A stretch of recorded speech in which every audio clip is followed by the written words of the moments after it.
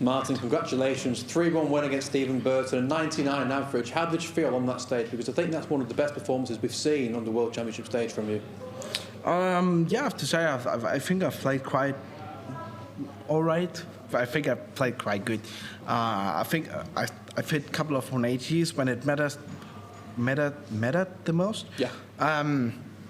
So yeah, in the end, my finishing was also very on point as well. So I was aware of the fact that he is not a player to be underestimated, and I didn't.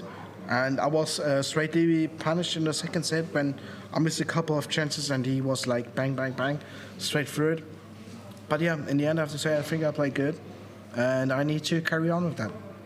What's it like playing in front of that crowd? Because I remember when Arnold Merck walked on, as soon as John McDonnell said from Germany, the boos rang around Ali Pali. Yet in some other matches, we know that a lot of Germans travel and you can have massive support.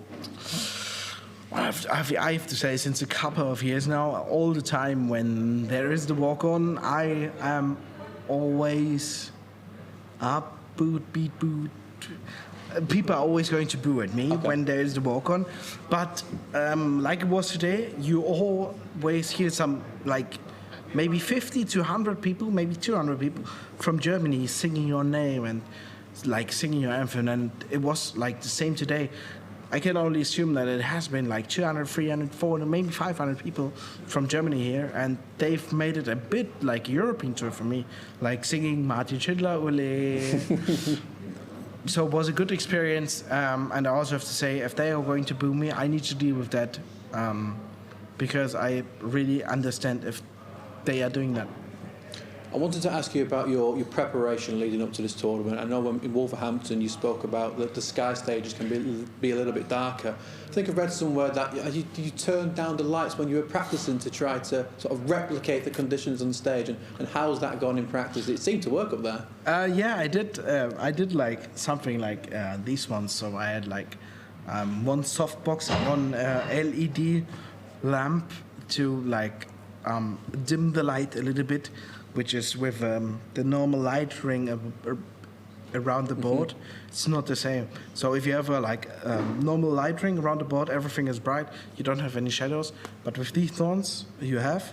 And on the stage, you don't really have shadows, but you have a darker light, if that makes sense to you. Yeah. So that's what I try to replica. Yeah. And, replicate, yeah. Replica. Yeah, I guess it worked at one point. Thank you, Martin. Well done on the win. Thank you very much. Cheers. Martin, congratulations on the win. You spoke a minute ago about ensuring you don't underestimate someone. Do you prefer playing a bigger name where you feel more up for the game? Well, to be honest, honestly, in the end, I think everybody prefers to play against a lower name in rankings or whatever it is. But in the end, I have to say, you need to play your own game and you need to focus on your scores, your finishing. That's the most important thing. But yeah, obviously, if you get like an easier draw, everybody is happy about it. But in the end, if you want to be one of the best, you need to beat everybody. And just a question on your fellow German, Niko Springer. He seemed to struggle a little bit out there on the stage this year. A lot's been said about him this year, comparing him to you, maybe fighting for that number one spot. What do you think about him? Well, you want the honest answer? Or the truth is, I am Iron Man. I really have to say, Niko has done some really good stuff this year. He really has. But I have to say, the pressure he is receiving from like players like, I've seen an interview from The Zone with Luke Humphries and Michael van Gerwen, like probably one of the best players the last couple of 5-6 years we've seen, saying that he's the best German. It puts a lot of pressure on this guy.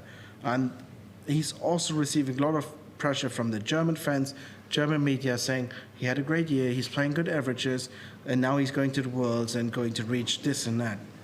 But he's just 24, I think, maybe 25, about that. And he needs to grow, he needs to get used to the situation, same as I did. I needed to learn it as well, because you don't really get support. You only will get support from, like, in German point of view, German side, fans, stuff, whatever, if you are a successful player. If you're not, they will, like, boo you. So if you win, you're the hero. If you lose, you are really like the bad guy, and it's disgusting. I mean, he's doing great. He's done great this year, and I think everybody has seen it. He was playing under a lot of pressure, which a guy in his first Q school year shouldn't do. But he was, and it shouldn't be like that. Have you spoke to him and given him any advice from how you dealt with it, or to the media or those players who are putting this pressure on him? No, not really, because I haven't seen him. Obviously, I don't know where he is in a hotel, or I don't know where he like actually is, and everybody is like looking on its own, looking at his own preparation and looking on its own tournament. So I didn't really have the chance to talk to him or anything. So if you could give him some advice, what would it be? But the only advice what I can give him is like, look at yourself and look at the game you're playing, and not what you can achieve, maybe achieve, like all these what if and maybes, is it? Yeah, What if and maybes, yeah. And yeah, so try to focus on your stuff, what you're good at, try to perfect the stuff what you're bad at, and yeah, that's all you can do. Thank you very much. Best of luck for the rest. Thank you very much. Cheers.